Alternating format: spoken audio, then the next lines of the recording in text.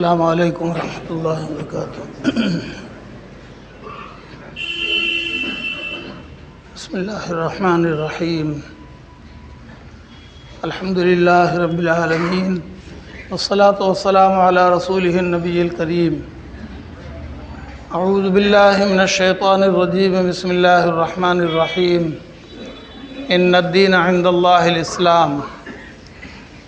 وقال تعالی فی مقام آخر، ومن يبتغي غير الإسلام دينا فلن يقبل منه وهو في الآخرة من الخاسرين۔ وقال النبي صلى الله عليه وسلم، بني الإسلام على خمس۔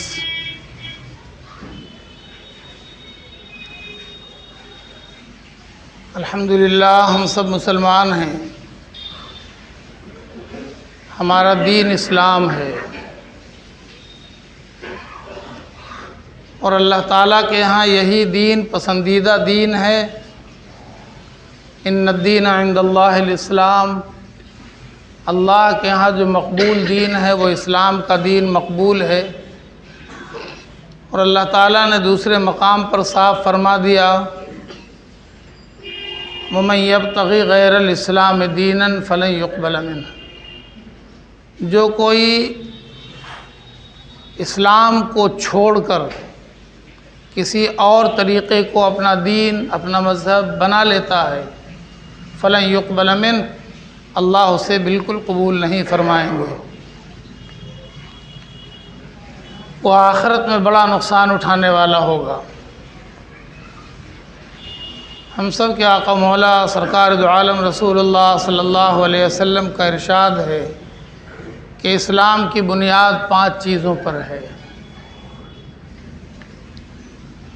کلمہ توحید، لا الہ الا اللہ محمد رسول اللہ کا صحیح پڑھنا، اس کے معنی مطلب کو جاننا اور اس پر یقین رکھنا، اللہ کی وحدانیت کا یقین رکھنا، دل سے اور زبان سے اقرار کرنا، حضرت محمد رسول اللہ صلی اللہ علیہ وسلم کو اللہ کا آخری رسول ماننا، دل سے ماننا، زبان سے بولنا، اور دوسری چیز ہے 5 وقت کی نماز، بالغ ہونے کے بعد سے لے کر مرنے کے وقت تک۔ تیسری چیز ہے روزہ، جو رمضان المبارک میں فرض ہے۔ چوتھا عمل ہے زکوٰۃ، جو مالداروں کے اوپر ہے، اور 5واں عمل ہے حج، جو خاص طور پر مالداروں کے اوپر فرض ہے۔ اللہ رب العزت نے اپنے فضل و کرم سے ہم سب کو اسلام مذہب عطا فرما دیا ہے۔ ہم جس گھر میں پیدا ہوئے، ہوش سنبھالا، تو ہمیں خود بخود معلوم ہو گیا کہ ہم مسلمان ہیں۔ ہم نے اسلام کے بارے میں کچھ سوچا نہیں، جانا نہیں، پوچھا نہیں، سیکھا نہیں، لیکن خود گمان کر بیٹھے کہ ہم مسلمان ہیں۔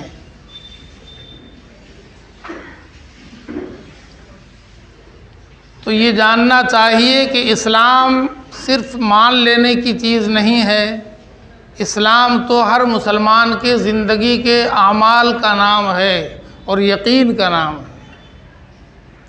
بنیادی چیز ہے اللہ کے ایک ہونے کا یقین۔ حضرت محمد رسول اللہ صلی اللہ علیہ وسلم کو اللہ کا آخری رسول ماننا، یہ بنیاد ہے۔ یہ بنیاد کے بعد پھر نماز ہوتا۔ اگر توحید نہیں ہے تو نماز کا کوئی مطلب نہیں، توحید نہیں ہے تو روزہ کا کوئی مطلب نہیں ہے، اللہ کو ایک نہیں مانتے تو حج اور زکوٰۃ کا کوئی مطلب نہیں ہوتا ہے۔ یہ بنیاد ہے اللہ کو ایک ماننا، توحید۔ اور ہم نے توحید کے بارے میں کچھ جاننے کی کوشش نہیں کیا، اور کسی بتانے والے نے ہمیں عام طور پر بتایا بھی نہیں۔ اللہ کے ایک ہونے کا ایسا یقین کہ دل سے تمام غیر اللہ نکل جائیں، تمام غیر اللہ سے کسی بات کا یقین دل میں نہ ہو، صرف اللہ کی ذات کا دل میں یقین ہو، اسی کا نام ہے توحید۔ اور اس کے مقابلے میں جو لفظ آتا ہے بڑا خطرناک لفظ ہے، وہ شرک۔ شرک کا مطلب یہ ہے کہ جو کچھ بھی ہوتا ہے وہ، توحید کا مطلب تو یہ ہے کہ جو کچھ بھی ہوتا ہے وہ اللہ سے ہوتا ہے، اللہ کرتے ہیں تو ہوتا ہے، اللہ نہ چاہے تو نہیں ہوگا۔ اور شرک کا مطلب یہ ہے کہ اللہ کے غیر سے کوئی یقین پیدا ہو جائے کہ یہاں سے بھی ہوتا ہے، وہاں سے بھی ہوتا ہے۔ اللہ نے نظام چلایا ہوا ہے کہ پھل پیڑ میں ملتا ہے، لیکن کیا سارے پیڑ میں پھل ہو جاتا ہے؟ کتنے پیڑ آپ کو نظر آئیں گے جو پیڑ تو ہیں، پتے بھی ہیں، ڈالیاں بھی ہیں، لیکن اس میں پھل نہیں ہے۔ کیوں نہیں ہے؟ اللہ نے جس پیڑ میں چاہا پھل دیا، اللہ نے جس پیڑ میں پھل نہیں چاہا نہیں دیا۔ کھیت سے پیدا تو ہوتا ہے، لیکن کیا ساری زمین میں پیدا ہوتا ہے؟ کتنی زمین بنجر ہے جہاں کچھ بھی نہیں ہوتا، کتنی زمین پتھر ہے جہاں کچھ بھی نہیں ہوتا۔ تو یہ کون ہے بنانے والا؟ ہری بھری زمین بھی اللہ نے بنایا، تھوڑے سے پانی پر لہلہانے لگی، اور بنجر زمین بھی اللہ نے بنایا، پتھر زمین بھی اللہ نے بنایا۔ تو پھر یہ سوچنا کہ زمین سے ہوتا ہے سراسر غلط ہے۔ بہرحال یہ ہماری بنیاد ہے کہ اللہ کی وحدانیت کا یقین ہو ہر دل میں، اللہ کی ذات کا یقین ہو، اللہ کی قدرت کا یقین ہو، اللہ سے ہونے کا یقین ہو۔ یہ یقین اگر کمزور پڑ گیا تو ایمان خطرے میں آئے گا، اور جب یقین کمزور پڑتا ہے تو شرک قدم بڑھا لیتا ہے، پھر وہ دکھلائے گا، بتلائے گا، دیکھو یہاں سے ہو گیا، یہاں سے ہو گیا، یہاں سے ہو گیا، اور کمزور ایمان والا مان لے گا بات کو، پھر وہ شرک میں داخل ہوگا۔ اور شرک اتنی خطرناک چیز ہے، اتنی خطرناک چیز ہے کہ تھوڑا سا شرک بھی انسان کو جہنم میں پہنچانے کے لیے کافی ہے۔ تھوڑا سا شرک اصغر بھی اللہ کو ناپسند ہے۔ شرک صرف وہ نہیں ہے کہ مورتی کو سامنے کھڑا کر کے کوئی سر جھکا لے، شرک صرف اس کو نہیں کہتے۔ شرک تو وہ بھی ہے کہ دل میں آ جائے کہ ایسا اس وجہ سے ہو گیا، اس وجہ سے نہیں ہوا، تو اس وجہ اس وجہ کی وجہ اگر دل میں آ گئی تو یہاں تو شرک آ گیا۔ اللہ سب کی حفاظت۔ یہ ہے ہمارے مسلمان ہونے کی بنیاد۔ اور دشمن اتنا طاقتور ہے جو ہمارے اوپر حملہ نہیں کرتا ہے، ہماری نمازوں پہ حملہ نہیں کرے گا، ہمارے روزوں پر، حج پر، زکوٰۃ پر حملہ نہیں کرے گا۔ وہ حملہ کرے گا تو ہماری بنیاد پر، ہماری توحید پر، ہمارے یقین پر، ہمارے ایمان پر حملہ کرے گا، جہاں سے ایمان کی بنیاد رکھی جاتی ہے۔ سیلاب آتا ہے نا، ابھی تو آپ نے دیکھا ہوگا چنئی کا سیلاب کتنا خطرناک ہے۔ سیلاب ہمیشہ عمارتوں کی جڑ کو توڑنے کی کوشش کرتا ہے، اس کو اوپر والے محلوں سے کوئی مطلب نہیں، آپ نے کتنا سجایا، کتنا بنایا، کتنا ڈیکوریٹڈ بنایا، اس سے کوئی مطلب نہیں، وہ تو بنیاد کو ہلائے گا، دھکا مارے گا زمین وہ بنیاد پر، جڑ میں۔ اور اگر ایمان بلڈنگ کمزور ہوئی، بنیاد کمزور ہے، تو وہ بلڈنگ پوری دڑام سے نیچے گرے گی، تو اوپر کا محل بھی تو گرے گا نا، سب ختم۔ اور اگر اوپر کم بھی سجایا ہوا ہے، کم ڈیکوریٹڈ ہے، لیکن بنیاد بہت سخت ہے، بڑی مضبوط بنیاد ہے، کتنے سیلاب آئیں گے جائیں گے، حتیٰ کہ زلزلہ بھی آئے گا جائے گا، بنیاد مضبوط ہے تو وہ پوری بلڈنگ سلامت رہے گی، نیچے بھی اوپر بھی۔ اگر ہمارا ایمان اللہ سلامت کر دے، مضبوط کر دے، ہمارا ایمان مضبوط اور سلامت ہے، تو وہ دشمنوں کے طاغوتی حملوں کا اثر ہمارے ایمان پر، اسلام پر نہیں ہوگا۔ بنیاد کو بنانا ضروری۔ آپ جانتے ہیں کہ مسلمان کہاں گرتا ہے جا کر؟ وہ اسی توحید میں جا کے گر جاتا ہے۔ یہی بنیاد کمزور ہوتی ہے، کوئی بھی اس کو اچک لیتا ہے، کوئی بھی اس کو سمجھا دیتا ہے، وہ بھٹک جاتا ہے۔ جب وہ دشمنوں کا دور تھا نا اس ملک میں، اب دشمن بدل گیا ہمارا۔ پہلے ایک بڑا دشمن تھا، عیسائیوں کا زمانہ تھا، انگریزوں کا زمانہ تھا، تو صرف حکومت نہیں کرتا تھا وہ انگریز، صرف حکومت نہیں کرتا تھا وہ انگریز، مسلمانوں کی جڑ کاٹتا تھا۔ یہ بھی اس کا مشن تھا۔ اس نے طرح طرح کے جال پھیلا رکھے تھے گاؤں دیہات شہروں میں سب جگہ۔ اس کے بڑے بڑے مبلغ عیسائی پادری گاؤں کے لوگوں کو اکٹھا کر کے لالچ بھی دیتے تھے اور طرح طرح کی باتیں بنا کر کے وہ ان کے ایمان کو بگاڑنے کی پوری کوشش کرتے تھے، تثلیث پھیلاتے تھے، اللہ تین ہے، اللہ تین ہے، اللہ تین ہے۔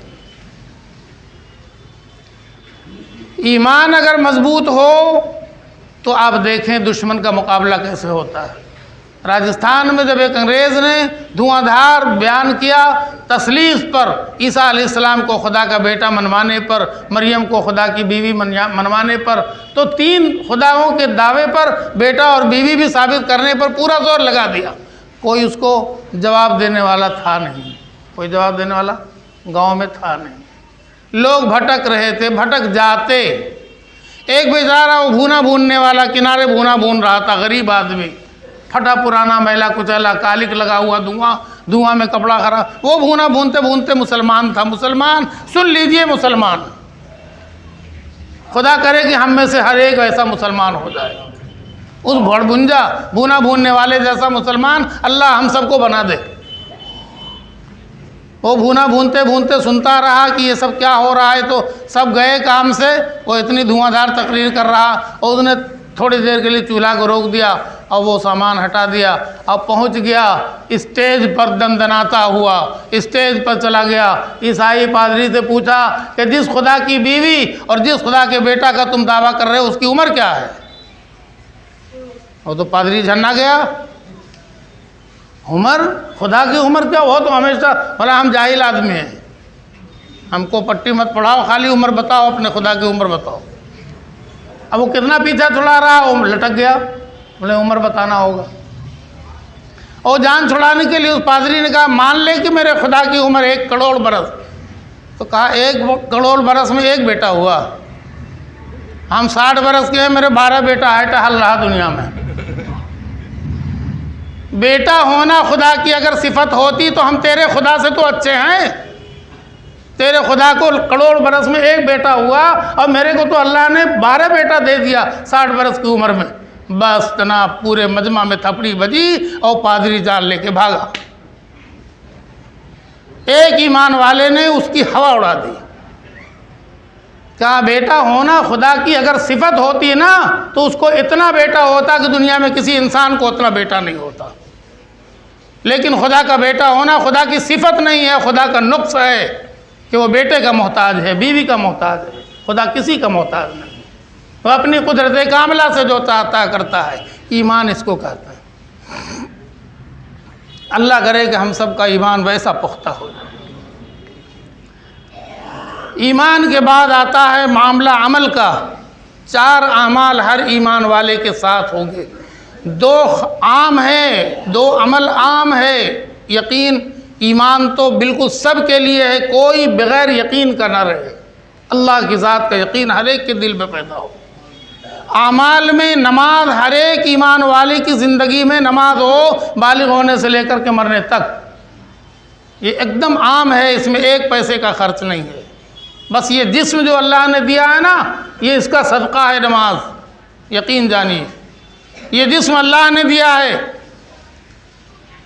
وہ کہتا ہم نے انسان کو احسن تقویم میں پیدا کیا، لقد خلقنا الانسان فی احسن تقویم، ہم نے خوبصورت سانچے میں ڈالا انسان کو۔ کس نے ڈالا؟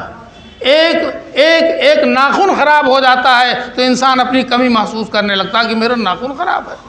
ایک انسان کا بال خراب ہو جاتا ہے تو انسان کمی محسوس کرتا ہے کہ ہمارے پاس بال کی کمی ہے۔ اور یہ سب کچھ اللہ نے عطا فرمایا ہے، اس جسم کا کوئی صدقہ نہیں۔ اللہ فرماتے ہیں جو جسم ہم نے تم کو خوبصورت بنا کر دیا، جس پر تم ناز کرتے ہو، جس کی تم قیمت لگاتے ہو دنیا کے اندر، جس کا تم مول لگاتے ہو دنیا کے اندر، اس کا صدقہ یہ ہے کہ تم بالغ ہونے کے بعد سے مرنے تک میرے آگے سر جھکا لو، میرے آگے سر جھکاؤ، نماز پڑھو۔ نماز فرض ہے ہر ایمان والے کے اوپر، امیر ہو غریب ہو، عالم ہو جاہل ہو، مرد ہو عورت ہو، بیمار ہو صحت یاب ہو، سفر میں ہو گھر میں ہو، کوئی ہو کیسا ہو، کہیں بھی ہو کچھ بھی ہو، نماز ہر ایک پر فرض ہے، ایک دم عام۔ یہ عام فریضہ کتنے لوگ ادا کرتے ہیں، اور اس پر بڑے بڑے انعامات کا وعدہ اللہ کی طرف سے ہے، اللہ کے بڑے بڑے فیصلے نماز پر ہوتے ہیں، اس میں کوئی خرچ نہیں ہے۔ نماز پڑھتے بھی ہیں تو جب جسم لاغر ہو جاتا ہے، جسم بیکار ہو جاتا ہے، جب کام کا نہیں رہتا، نہ رکوع کرنے پا رہے ہیں، نہ سجدہ کرنے پا رہے، نہ قعدہ میں بیٹھ پا رہے، نہ قیام ہو رہا، نہ الفاظ صحیح ہو رہے، تو اب تو نمازی بنیں گے، اب کہاں جائیں گے؟ جب جسم کی صلاحیت موجود تھی تو دنیا میں موجود تھے، اور جب جسم بیکار ہو گیا تو دنیا کو طلاق دے دیا، اب اللہ سے رشتہ جوڑ لیا۔ اللہ کہیں گے اسی دن کے لیے تمہیں میں نے جسم دیا تھا خوبصورت اور طاقتور، جب اس کا استعمال ہمارے لیے کر سکتے تھے، ہمارے آگے سر جھکاتا، تب تو تم ادھر سے ادھر بھٹک رہے تھے۔ پھر بھی اللہ رحم فرمائے تو قبول کر لیں، اس کی مرضی ہے۔ لیکن نماز تو پوری زندگی فرض ہے، بالغ ہونے سے مرنے تک۔ اگر کوئی نماز چھوٹ گئی تو حساب تو دینا پڑے گا، روز محشر کے جاگ اداس بود، اولی پرسش نماز بود۔ جس دن جان پگھل رہی ہوگی قیامت کے دن، پہلا سوال تو نماز کا ہوگا۔ کتنی کوتاہی ہے ہماری زندگیوں میں، سوچیں آپ۔ ایک مسلمان کیسا نمازی ہوتا ہے؟ مولانا روم علیہ الرحمہ نے اپنے مثنوی میں ایک بڑا عمدہ بہت اچھا واقعہ لکھا ہے۔ ایک کافر کے پاس ایک غلام تھا۔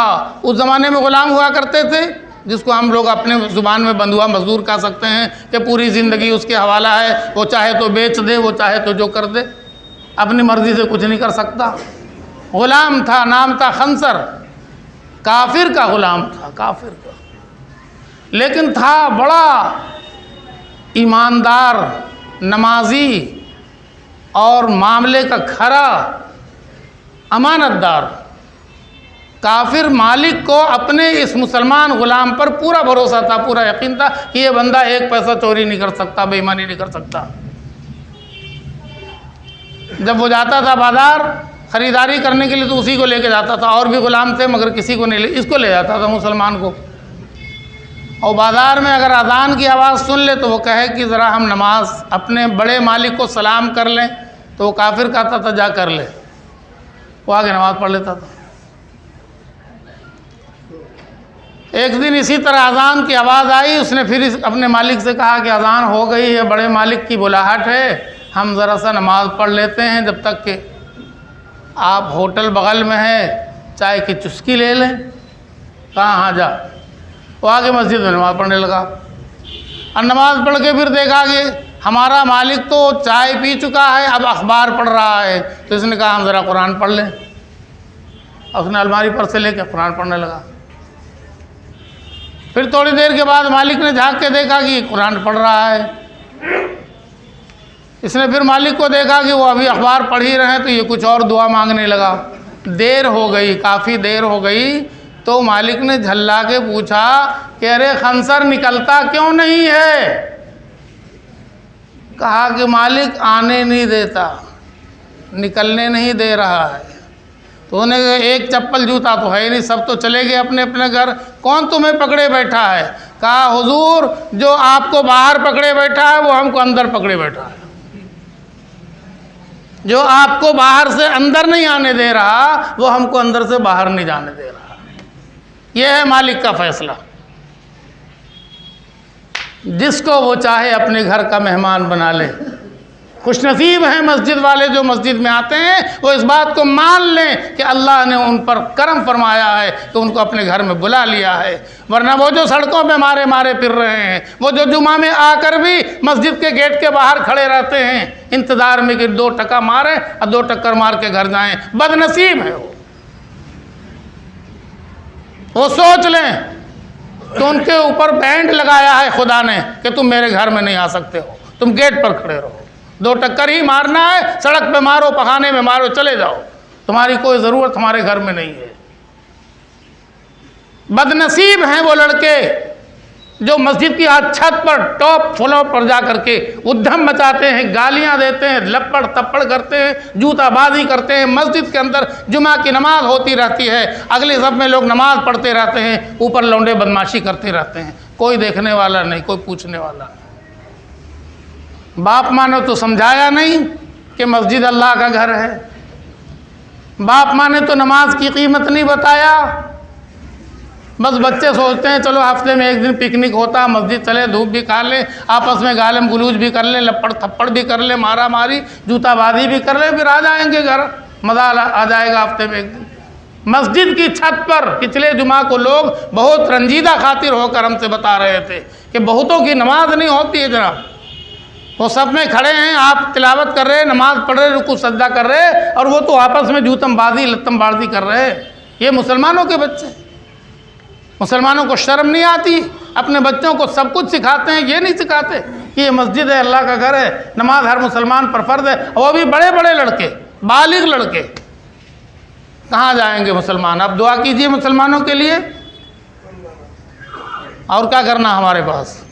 مسلمانوں کے بربادی کے لیے، مسلمانوں کے بربادی سے بچنے کے لیے دعائیں مانگیے کہ اللہ مسلمانوں کو بربادی سے بچا دے، اور مسلمان خود اپنی بربادی کا تمغہ لکھ رہا اپنے ہاتھوں سے، اپنی قسمت خود لکھ رہا مسلمان کو سمجھ میں نہیں آتا۔ اللہ توفیق دیتا ہے تو خنصر غلام بھی مسجد میں آ کے نماز پڑھ لیتا ہے، توفیق نہیں دیتا ہے تو جیسے کافر باہر ہیں ویسے کلمہ پڑھنے والے بھی بہت باہر رہ جاتے ہیں۔ روزہ، اس میں کیا خرچ پڑتا ہے؟ کوئی خرچ نہیں، سال میں 1 مہینہ، اس کے بڑے فوائد تو دنیا والے بتا رہے ہیں کہ روزہ رکھنے سے، سال میں 1 مرتبہ 1 مہینہ روزہ رکھنے سے بہت سی بیماریاں چلی جاتی ہیں، صحت اچھی ہو جاتی ہے وغیرہ وغیرہ، لیکن مسلمان صحت کے لیے نہیں، مسلمان اللہ کا حکم سمجھ کر روزہ رکھتا ہے کہ اللہ کا یہی حکم ہے کہ 11 مہینہ 24 گھنٹہ جب چاہو کھاؤ پیو، لیکن رمضان میں تمہارے کھانے پر اتنے دیر کے لیے پابندی لگتی ہے، تم رک جایا کرو، پھر اتنا بڑا اجر ہے کہ تمہارے لیے جنت سجائی جا رہی ہے، تمہارے لیے جنت میں اتنے اونچے اونچے تو مسلمان اللہ کے لیے روزہ رکھتا، روزہ میں کوئی خرچ نہیں ہے، غریب رکھ سکتا ہے، امیر رکھ سکتا ہے، سب کچھ سب رکھ سکتا، اس میں بھی کوتاہی، اس میں بھی کوتاہی۔ زکوٰۃ مالداروں پر فرض ہے، اسلام کی بنیادوں کی بات ہو رہی ہے، سب اسلام کی بنیاد ہے۔ زکوٰۃ ان لوگوں پر فرض ہے جن کے پاس اپنی ضروریات زندگی پوری ہونے کے بعد مال بچا ہوا رہے، یا سونا چاندی بچا ہوا رہے، یا روپیہ بینک میں رکھا ہوا رہے، جو سال بھر اس کی ضرورت پڑی نہیں، وہ بچ گیا ہے تو ابھی زکوٰۃ فرض نہیں ہوا ہے۔ اگر سال بھر بچا ہوا رہ جائے، تم کو ضرورت نہ پڑے اور کسی طرح اس کا نقصان بھی نہ ہو، بچ جائے، تو جب سال پورا ہو جائے اس میں سے اتنا سا نکال دو، اتنا سا ناخن کے برابر، اتنا تھوڑا زکوٰۃ فرض کیا اللہ تعالیٰ نے، اتنا تھوڑا۔ ہم سمجھتے ہیں کہ آم کا چھلکا بھی اس سے زیادہ ہوگا جو انسان پھینک دیتا ہے، کھیرے کا چھلکا بھی چھیل کے پھینک دیتا ہے، انار کا چھلکا بھی پھینک دیتا ہے، وہ اس سے زیادہ ہوگا جتنا اللہ نے کہا کہ اتنا سا زکوٰۃ نکال دو۔ 2.5%، 100 میں کل 2.5، 100 روپے میں کل 2.5 روپیہ، 40 روپے میں 1 روپیہ، کہیے نا چھلکا سے بھی کم ہے کہ نہیں ہے، ناخن سے بھی کم ہے کہ نہیں، سوچنے پر۔ حالانکہ یہ کل کا کل وہیں سے آیا اللہ کی طرف سے۔ کہیں گے ہاتھ سے کمایا، ہاتھ کس نے دیا؟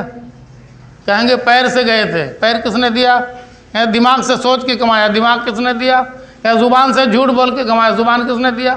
ساری چیزیں تو اللہ نے دیا،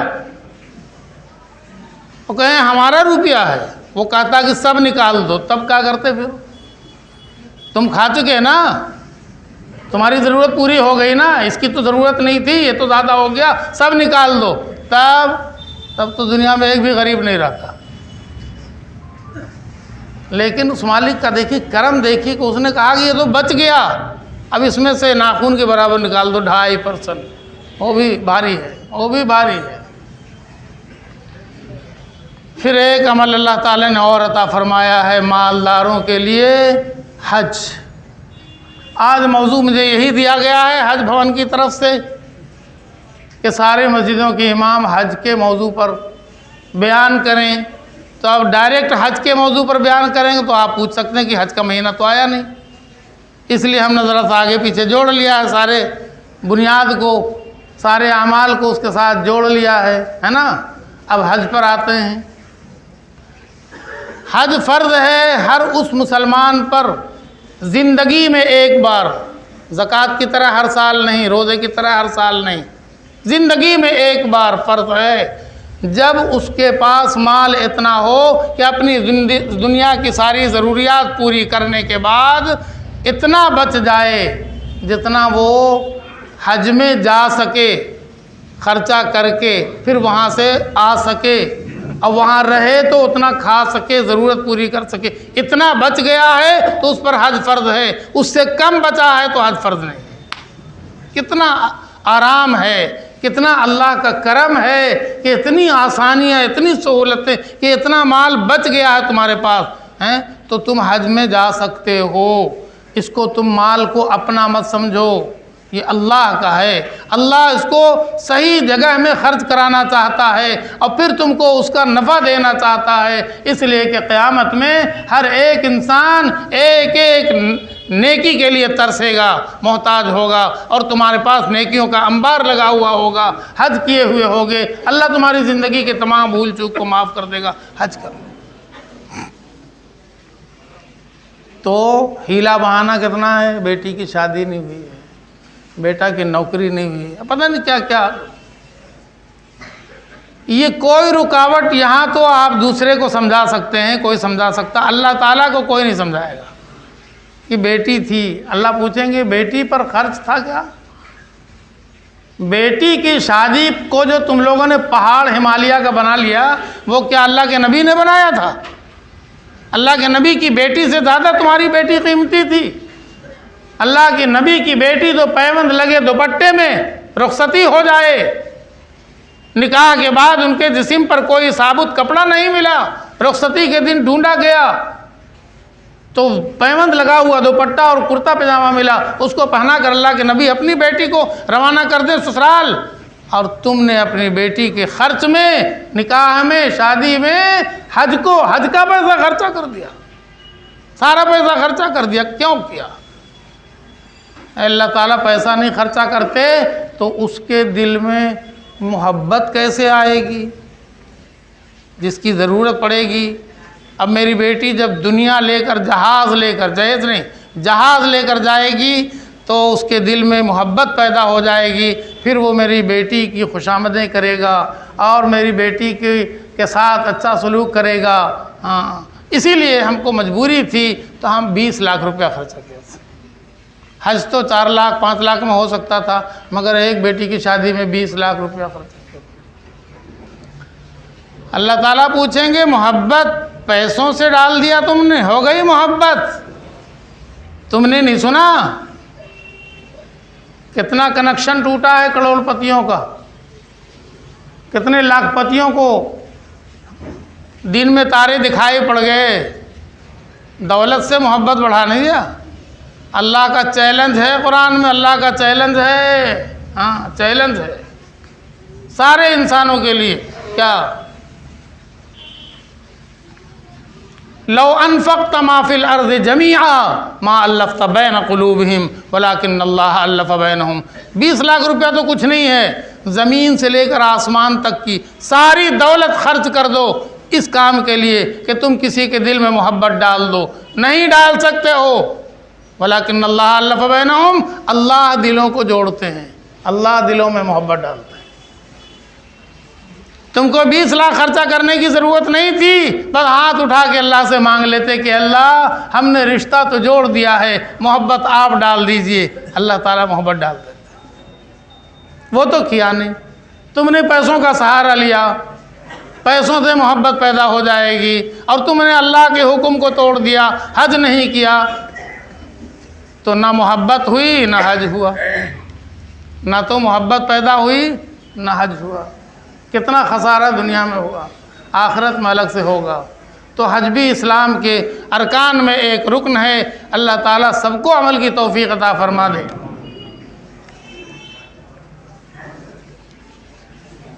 بزرگوں نے ہم سے ایک سوال پوچھا کہ ایک خوب موٹا تگڑا سا باڈی رکھا ہوا ہے، پیر نہیں ہے، اس میں سر بھی نہیں ہے، کان بھی نہیں ہے، دم بھی نہیں ہے، مگر ہے وہ شیر۔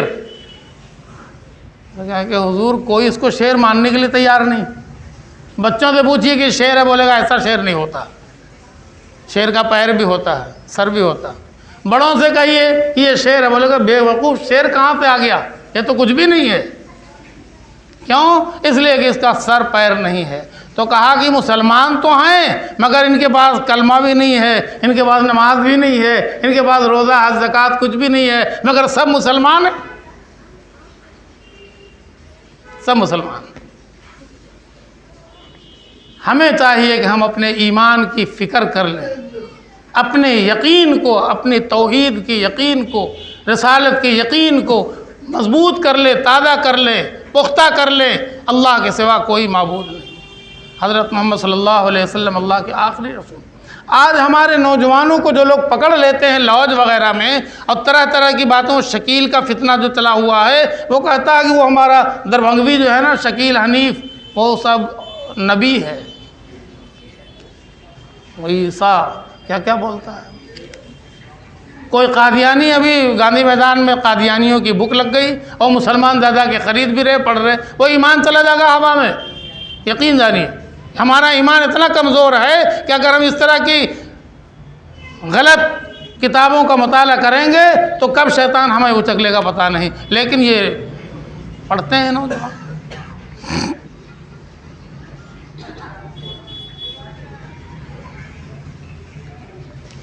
حج کی فکر کرنا چاہیے۔ حج کے فارم بھرنے کا وقت آ گیا ہے۔ بڑی کوتاہی مسلمانوں کی طرف سے ہوتی ہے، اور اخیر میں لوگ دوڑ لگاتے ہیں حج بھون کا اور خوشامدیں کرتے ہیں، پیروی لگاتے ہیں جب وہ تاریخ کلوز ہو جاتی ہے۔ اس لیے ابھی سے رابطہ کر لیں، بہت تھوڑا سا وقت بچا ہوا ہے۔ مسلمان ہر کام میں پیچھے ہیں، دین کے کام میں بھی پیچھے ہیں، دنیا کے کام میں۔ حج کے معاملے میں اعلان آ رہا ہے کئی دنوں سے کہ بھائی تاریخ نکل گئی گورنمنٹ کی طرف سے، آ جاؤ فارم بھر لو، شروع ہو جاؤ کام۔ پاسپورٹ نہیں ہے تو آؤ، پاسپورٹ جلدی بنوایا جائے گا۔ میرے مسلمان ایک دم سوئے ہیں، ابھی تو بقرعید میں بہت دن ہے۔ اسی طرح سے دنیا دار لوگ اعلان کر رہے ہیں کہ بھائی تم یہ دنیا میں رہنا ہے تو اپنا ووٹر آئی کارڈ بنا لو، 18 سال کے ہو گئے ہو، اب تم شہری ہو جاؤ، ووٹ ڈالو، ووٹ الیکشن آنے والا ہے۔ تو مسلمانوں کو موبائل سے فرصت نہیں، مسلمانوں کو اپنے دنیا کے اور کاموں سے فرصت نہیں، فکر نہیں ہے۔ اور کتنا خطرناک زمانہ آنے والا ہے ہم بتا نہیں سکتے۔ زمانہ اتنا برا آنے والا ہے کہ اس وقت میں مسلمان کہے گا دعا مانگو، دعا مانگو، دعا بھی نہیں قبول ہوگی۔ اس لیے ہمیں آنکھیں کھول کر دنیا میں زندگی گزارنی چاہیے، اپنے آخرت کی بھی فکر سامنے رہے، اور اپنے دنیا میں بھی دشمن سے ہمیں الرٹ رہنا چاہیے، ہوشیار رہنا چاہیے، ہے نا۔ حج کے لیے اگر ایک انسان ارادہ کر لے ہمیں حج کرنا ہے، اللہ تعالیٰ سے مانگ لے کہ اللہ تعالیٰ جی چاہتا ہے، تمنا ہے حج کر لے، سادھن نہیں ہے، انتظام نہیں ہے، اور وہ کچھ کرنے لگ جائے، کچھ انتظام میں جڑ جائے، پھر اللہ کی ایسی مدد آئے گی کہ وہ دیکھے گا۔ بچے چھوٹے چھوٹے ہیں نا، انہوں نے ڈبہ بنا رکھا ہے، دادا پیسہ، دادا پیسہ، کیا ہے پیسہ، کیا کرو گے پیسہ؟ مطلب ڈبے میں ڈالیں گے، پھر کیوں ڈالو گے؟ بولے حج کریں گے۔ بچوں کا کیا ارادہ ہے؟ حج کریں گے۔ ایک دم سے خوشی کے مارے لو بھائی، لو بھائی، لو، سب ڈالو اپنے اپنے ڈبے میں. وہ ڈال رہے ہیں. اللہ چاہے تو ایک وقت ایسا بھی آئے گا انہی ڈبوں کے بچے سے وہ پیسوں سے وہ بچے حج کر لیں گے انشاءاللہ. ان بچوں کا اتنا پاکیزہ ارادہ ہے، اور اگر نہیں بھی ہو سکا تو خدا کی قسم ان کے نام اعمال میں حج لکھا جائے گا. اللہ تعالیٰ تو دیکھ رہے ہیں نا کہ ان بچوں نے ٹافی کے پیسوں کو اپنے اور دوسرے پیسوں کو وہ ڈبے میں رکھا حج کے نام پر، عمرہ کے نام پر، مگر وہ ہو نہیں سکا. تو ہم کیسے ہیں؟ ہمارے خزانے میں کمی ہے حج کی یا عمرے کی؟ لے جاؤ تم بھی عمرہ کرو کا ثواب لے جاؤ، تم بھی حج کا ثواب لے جاؤ، اللہ اس کو بھی دے دے. ایک مسلمان اگر ارادہ کر لے، بہت سی مثالیں ایسی موجود ہیں. اس نے اپنے مالک سے کہا کہ مالک ہم آ نہیں سکتے ہیں مگر آپ بلا سکتے ہیں. ہم آپ کے یہاں آ نہیں سکتے ہیں، ہمارے پاس کچھ نہیں ہے، مگر آپ بلا سکتے ہیں، آپ کے پاس سب کچھ ہے. اس مالک نے اسے 2 3 بار 4 بار بلایا. تو اللہ ہم سب کو توفیق عطا فرمائے کہ اچھے عمل کا ارادہ بھی کریں اور تیاری بھی کریں اور اللہ سے مدد بھی مانگیں. اللہ کی مدد آئے گی. اللہ ہم سب کو اچھے عمل کی توفیق عطا فرمائے. وآخر دعوانا الحمدللہ.